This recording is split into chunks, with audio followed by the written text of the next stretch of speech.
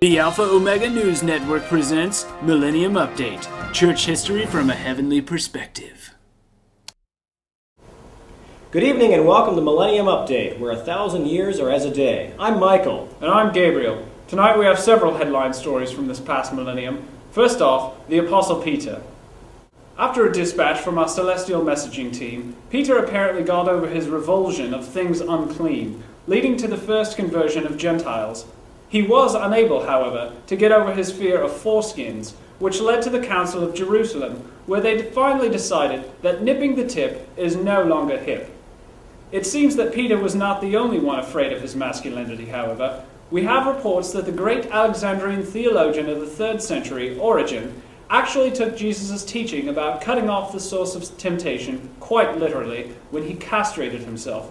It is no wonder he came to prefer the allegorical method of interpretation later in life. On the upside, however, this freed up tremendous amounts of energy other men usually devote to procreation. Origen went on to father over 2,000 works of theology, many of which reveal his razor-sharp intellect. In other news, waves of persecution battered the church into the beginning of the 4th century. Surprisingly, that same period saw the number of converts grow exponentially, leading Tertullian to say that the blood of the martyrs is seed. From the Roman perspective, however, you might say that this has been a lesson in weed control. Which herbicide works best to wipe out those pesky Christian thistles? Burning?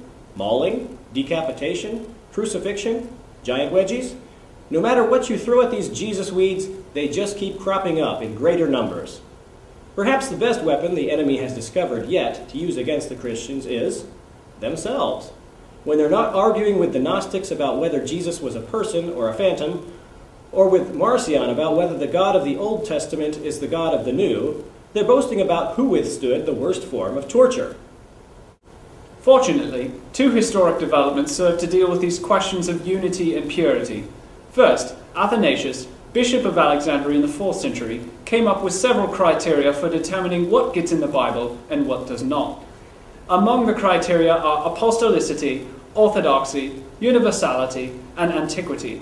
Criteria failing to make the cut included creativity, which eliminated the Gnostic Gospels, and rigidity, which left out the Didache.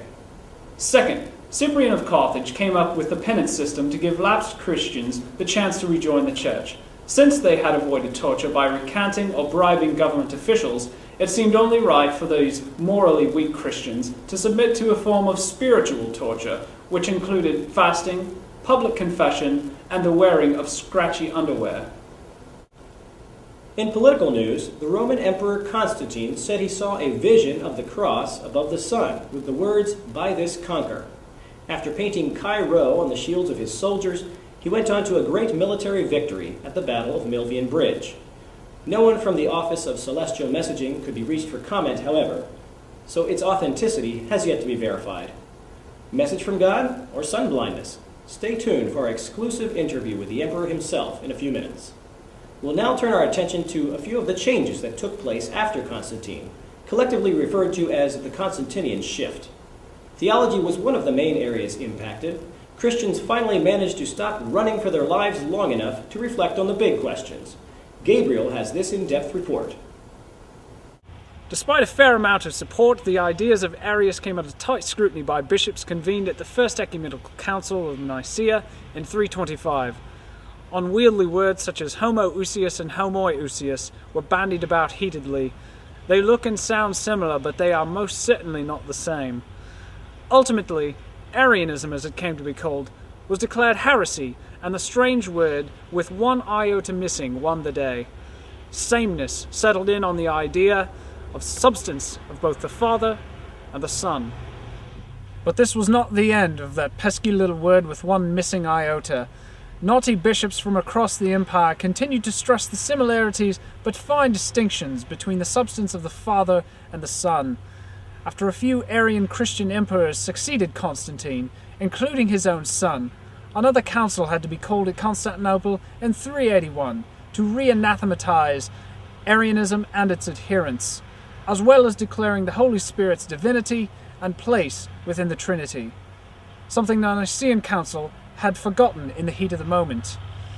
The Second Council owed much to the bright minds from Cappadocia, Basil and the dueling Gregories. Just 50 years later, though, trouble was brewing again. In what seems to be a case of theological double vision, Nestorius, the Archbishop of Constantinople, had been teaching his people that the divine and human natures of Jesus Christ were separate.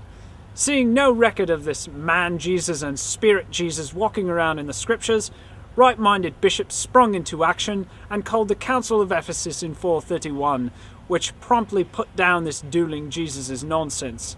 Christ's Mother Mary was also given the extravagant title the God-bearer, or Theotokos. After a shady council held in 449, a council was called at Chalcedon in 451 to hopefully once and for all develop the orthodox view of the two natures of Christ being fully accounted and present in the man Jesus. This time, it seemed to stick. Thanks for that illuminating report, Gabriel. We turn now to the subject of worship, which seems to be another one of the main areas impacted by the Constantinian shift. Analysts have outlined three main changes. First, churches got bigger. The secret house church meetings of the first 3 centuries gave way to massive cathedrals in the Middle Ages. Second, baptism got easier. No more nude submersions in freezing water after 3 years of grueling catechesis. Baptism was now for the masses. Third, the Eucharist got weirder. What was once a festive celebration of unity with Christ and his body became a guilt fest with magic wafers and wine. Another development in worship was the use of images. The Byzantine Emperor Leo III sparked intense controversy in the 8th century when he banned the use of Apple's latest invention, the icon. Billed as the fastest window into heaven, the icon quickly became the most popular personal worship device in the East. Upon the destruction of Constantinople's most beloved icon, the golden Christ, pandemonium broke loose in the streets. The hullabaloo continued for over half a century until the Second Council of Nicaea in 787, where theologians reinstated proper icon usage by marking a distinction between veneration and worship. Veneration is reverential respect, while worship is extravagant respect. What's that? You don't see the difference? Neither do we. Another movement spawned by the decadence following the legalization of Christianity was monasticism. Whether in solitude or in community, these enthusiastic ascetics strove to live a life completely devoted to God. With the fall of the Roman Empire and the advent of the so-called Dark Ages, monastic communities were shining lights of education, prayer, and spiritual renewal. One of the innovations of monasticism less positively received was its attitude towards sex. Plagued by Greek notions of the inherent dirtiness of the flesh and the evil of marriage and procreation, one cantankerous ascetic was booted out of Rome and ended up living a life of austere solitude. The legacy of this fellow, Jerome, includes such pearls of wisdom as, having experienced the vexation of marriage, why should she be like the dog who returns to its own vomit?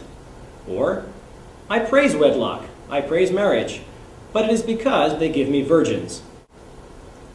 Jerome's younger contemporary, Augustine, seemed to share this unfavorable view of people doing their part to perpetuate the species, going so far as to claim that copulation is the process by which the original sin of humanity has been transmitted throughout the ages.